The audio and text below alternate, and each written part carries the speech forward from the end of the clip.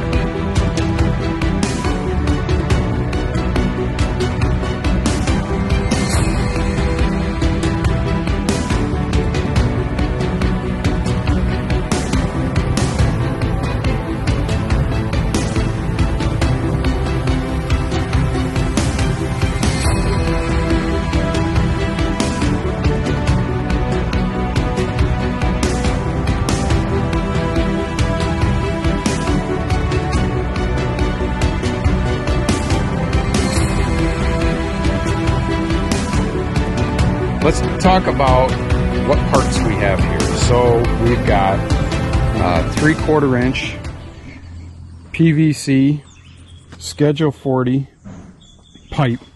And if you look, these pipes have like a bell on them. You know, until I came to Puerto Rico, I had never seen pipe like this with a bell on it. In this application, it's going to be very helpful. But normally in the States, you don't have this bell, and you have to use a coupler or something to put your pipes together. If you had say a 3/4 piece and you wanted to extend another 3/4 piece on that, well, you'd either have to put some kind of fitting here or a coupler or a valve or something to connect those two long pieces together. In this case, there is a flared end that allows you to just put two pieces together. So I think that's pretty cool, and it's going to work out for our application really good. So because we got a long ways to go. Everything else is pretty standard. We do have a couple couplers. We got some T's, slip male fitting. We have a couple slip females, street 90s. All these can be found at a hardware store. I happen to get most of this stuff from Home Depot.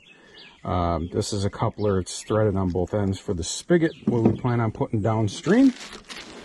These are clips, and you'll see what these are going to be used for when we get to that part. Here's a 4-way, which in this situation is going to work out really good for us. And we got some valves. Shut-off valve. We have tape. And the tape is going to be used for all the threaded fittings because I don't want to glue them together in case I ever need to take them apart. We've got a big assortment of 90-degree elbows because we might have some turns we need to make. There's actually quite a few. And lots of glue.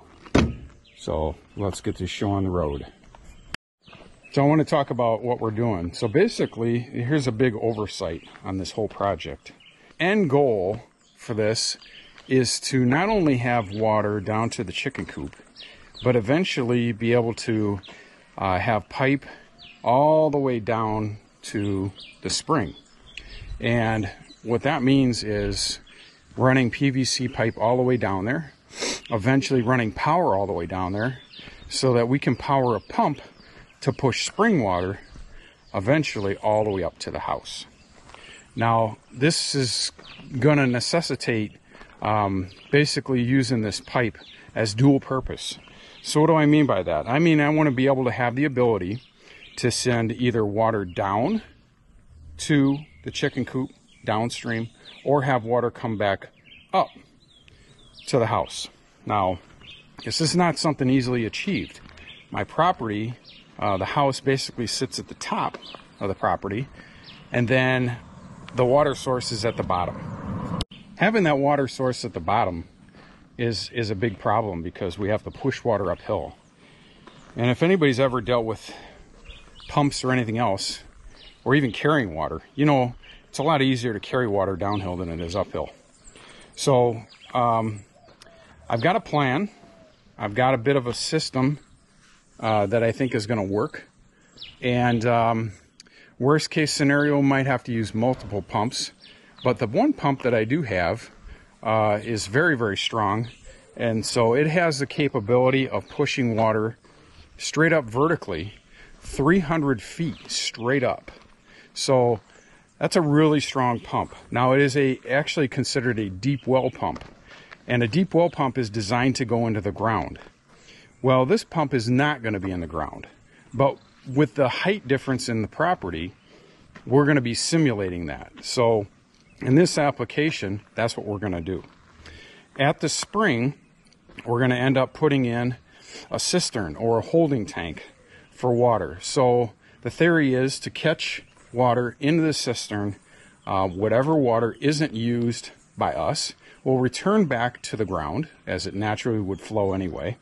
And then as we need water, we can turn that pump on and we can pump water up to wherever we need it. So either we're going to pump water up to, say, the chicken coop, or we're going to pump water all the way up to the house. Like I said, that may necessitate more than one pump, but we're going to see. And in this project, this is going to necessitate power being taken from the house down to the chicken coop area.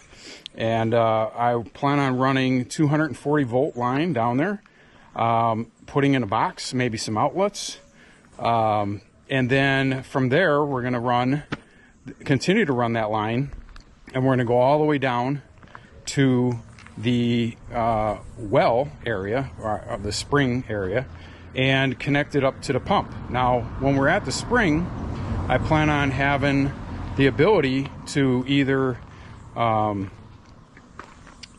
that off of regular landline power, or in an emergency, we can run it off a portable generator, because portable generators do have, at least mine does, it's a bigger one. We could get it down there and run 240 volts on a 30 amp circuit, which this pump doesn't take 30 amps. So in an emergency, we could do that. When it comes to the electrical part, I think I'm going to end up contracting that. But when it comes to the rest of it, I've actually running the install, the piping and the valves and all that, that's me. So today is stage one.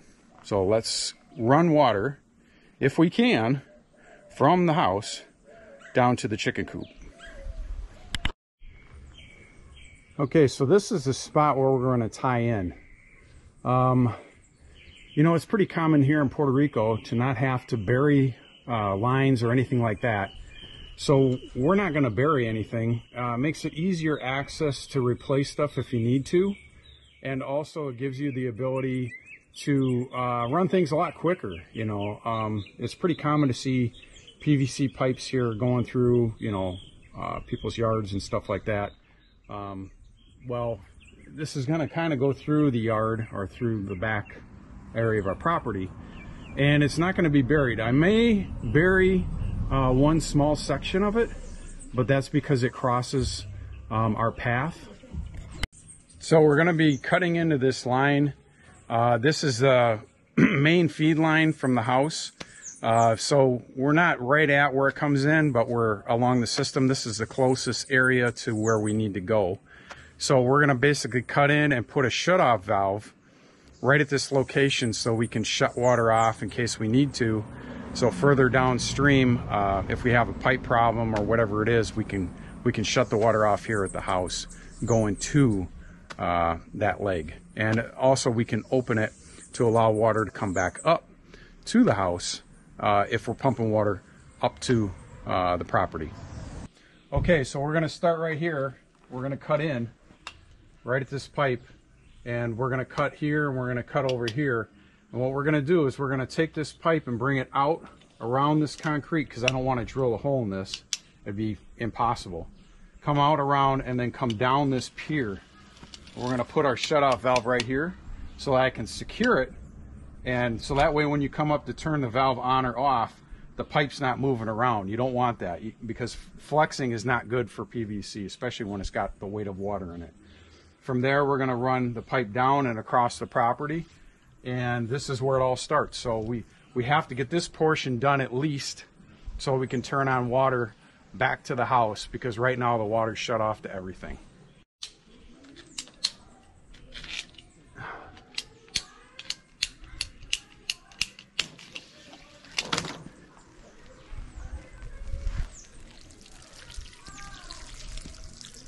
So we have to let all the water out because the glue and water don't mix. This is just excess water that's in the system. And once it's drained out, then we'll be fine. We want to make sure that that connection is dry when we put the glue on it. So it's always best to let it finish draining. Now we're going to make our other cut on this side so we can get started with this project.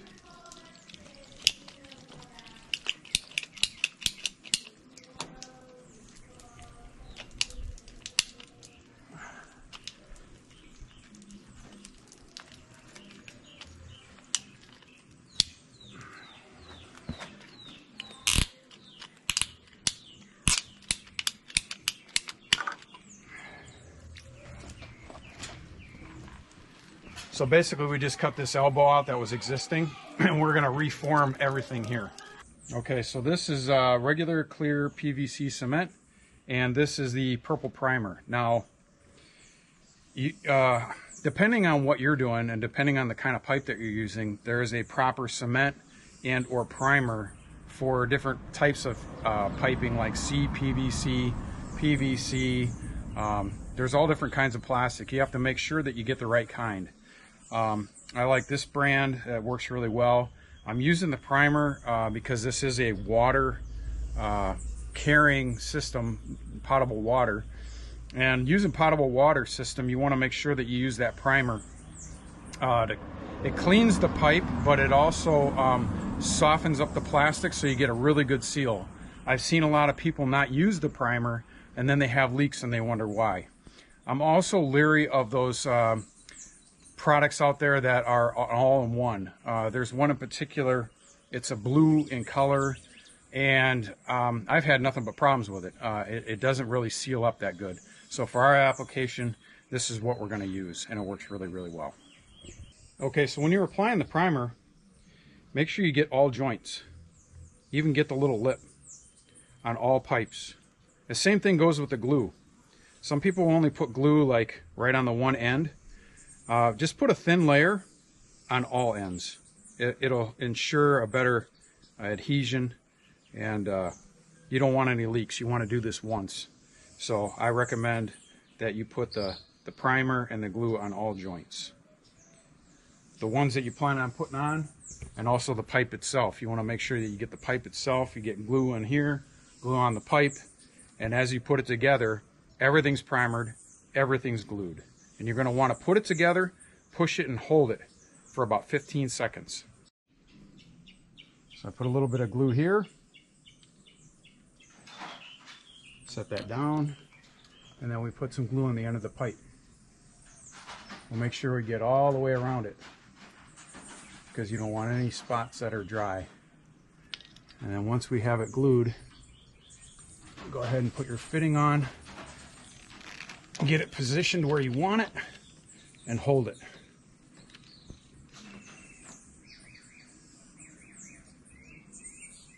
And that's it. So that's going to be solid now. If it does start to slide, push it back and hold it, because it'll take a couple more seconds for it to adhere. But this one here is good to go. So we're going to go ahead and assemble this pipe over to the T. And then from here, we're going to come off with a 90 and bring it down. So watch, and the next time you see this, it'll be done.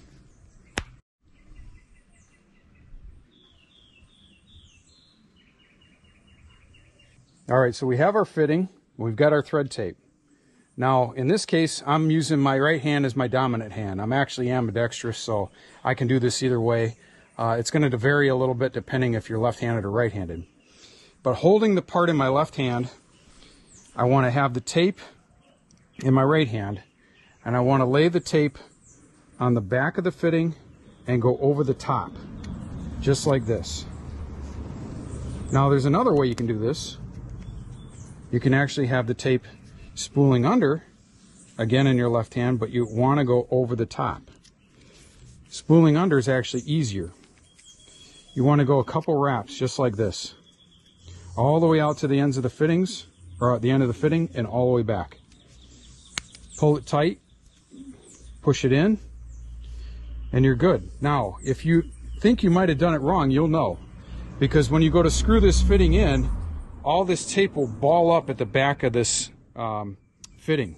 If it all balls up and gets pushed off the threads, you'll know it. So you've done it wrong. So then just clean it off and redo it again the right way. But this is the way that you should do it every single time. Okay, as you see here, the fittings are in, they're tight. And notice that the thread tape is not balled up. You can actually still see thread tape on the threads. Now, why would you use this in this application and not glue? Well, thread tape provides a seal. And you can always take this apart and replace this valve if you need to. So that's why you wouldn't want to make it, quote, a permanent fix. This is a watertight solution without complicating matters for the future. So if you ever need to take this valve out and change it, you can take these off and replace the valve. So before we go gluing this up, make sure this valve is open. The reason why is if some glue drips down on the valve, you could end up getting it stuck, and then you won't be able to open or close it. But if you leave it open, right now it'll allow air to travel up through the pipe and dry it out thoroughly. And if glue does get down in there, it's not going to stick on the valve itself. If a little bit does, then when you crank it down, it'll break that bond, and you won't have problems with it being stuck. Okay, we have our valve installed, and I plan on putting a clamp at a later time. It might be in this video, it might not. Putting a clamp here on the pipe to the concrete, and then another one on this side to help stabilize this, so every time you turn it, open it, and close it, you're not moving that pipe around. So that's always a good idea. They sell these, they're like metal clamps, and I'll show them to you. Okay, so here's a metal clamp, and basically what happens is this snaps over that pipe, and then what we can do is we can take some screws, some concrete anchors in this case, and screw in on either side to help stabilize this pipe, and we'll put another one over here. So that way this pipe doesn't get moved around when you're opening and closing the valve. But it's right at hand height, easy to see, in a great location where you can easily shut it off and turn it on. Okay guys, we had a small leak right here. You can see, real small leak. This is why you test as you go, because if you don't, you can end up putting together your pipes and have leaks. So make sure you do a couple, test it. Do a couple, test it. We spotted this one early, so it's no big deal. We just need to tighten it down a little more. All right, so we got the initial valve installed, the plumbing away from the main house, and we're going to be working downhill. So now we're going to end up using that bell. This is where that bell on the end of the PVC pipe comes in really handy. So we're not going to really use any fittings. What we're going to use is that bell. We're going to connect the pipes together just using that. We're going to glue it, and well, you'll see. We'll just connect them up, and this is how you can do it without couplings. Okay, so this is how that bell fitting works. You got the bell end, and then you got your pipe that's going to be coming into it. Basically, we're just going to glue it together. Okay, so we got our primer on. Now we're going to add our glue on both ends. Make sure you get that end. And then we're going to put our pipe together, and we're going to hold it. 1, 2, 3, 4, 5, 6, 7, 8, 9, 10, 11, 12, 13, 14, 15. Okay, that's it. So now that's an initial set. It's about 15 seconds, so the pipe doesn't slide out. but it'll actually take a little longer than that to cure. Read the directions on your glue to find out exactly the cure time on the specific brand that you use.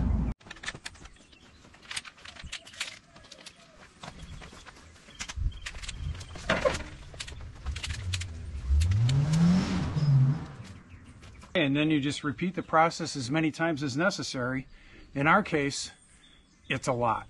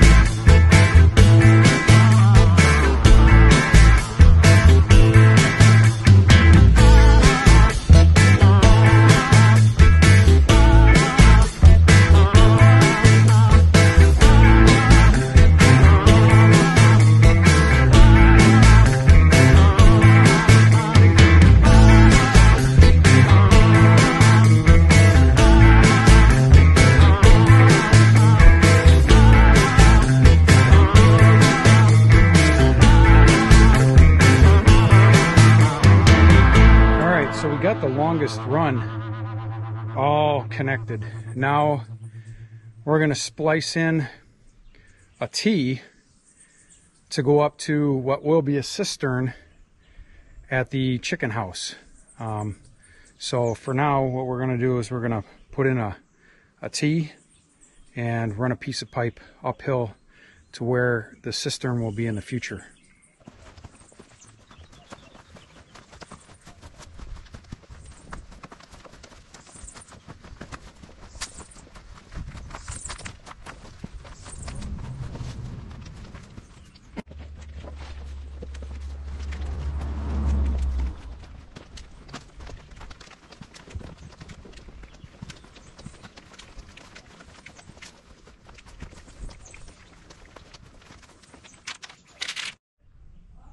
Okay, so starting near the chicken coop, or I should say the garage, we've got a valve here that is going to supply water to a cistern eventually.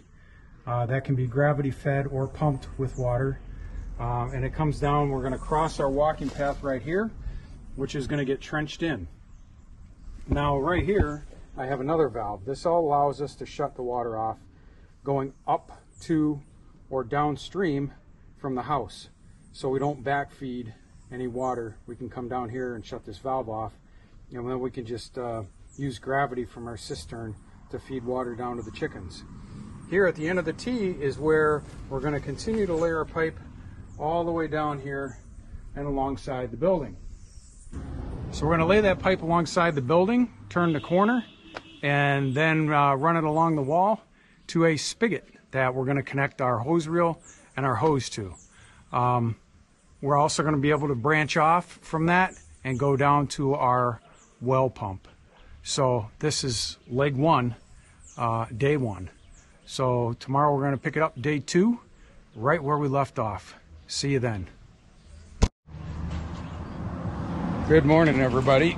Well, this is day two of part one of the the starts of the water project. So getting close to the chicken coop area, but not quite. And we're going to continue on from there. So let's get this day rolling. Okay, so continuing on, here we are starting to wrap the pipe around the building to get to the side that we need to be. And we have the pipe going around the building, and then we're going to go and put our stand up pipe so that way we can hook our garden hose and reel at the top of the stairs near the chicken coop. So there's a chicken coop, and we're going to be putting it right at the top of the stairs so that way we can easily string the hose down the stairs. And then that's going to give us an opportunity to have the pipe facing so that we can attach in the future to go down towards the well or the spring water. Okay, so I pre-assembled the spigot for the hose.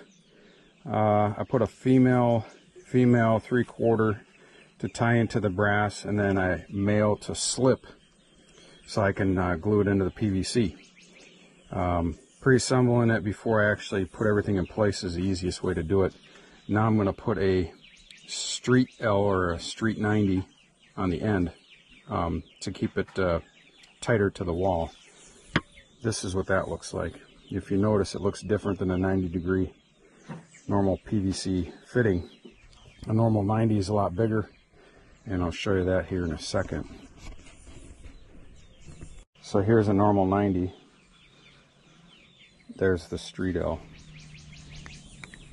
I'll set these down so you can get a better look. Now you can see the difference. A little flatter on the top, a little tighter to the wall. Gives a little better appearance.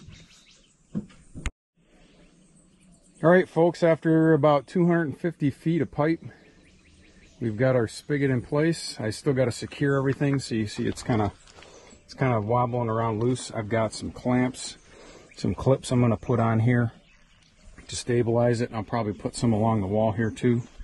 And then this part that comes off the spigot, this is going to feed water to the chicken house. Here it dead ends, so that's for future expansion, and that's going to go that direction quite a ways again. So that's going to be for the spring water. Okay, so that's going to wrap it up for part one of the series, piping, getting water down to the chicken coop and more. So this is going to continue in this series. I'll end up putting them all together in a group. So for now, that's all we got. So that's stage one. We're going to test for leaks, and we're going to see if we have water flow. All right, guys, good news. No leaks. Pressurized the whole system, ran it, flushed it out. And other than that one leak that we had at the very beginning, no more leaks. So that's good. Everything's patched together. And here we have water. There you go. Water's in the system. So now it's just a matter of tightening everything down, putting clips in, mounting the hose, mounting the reel, and we're ready to go. All right, guys, so from the chicken coop here at Machete Adventure, I bid you farewell to some well-watered chickens. They have gotten fresh, clean water. So, till next time, see ya. So this is my curious one. I'm going to call her Molly. Why? I don't know. But Molly's a curious one. She likes to come say hi to me. She is a black sex link. Really gentle, really nice. So, say hello, Molly. Say hello. Hello, Molly. Ooh, bird eye.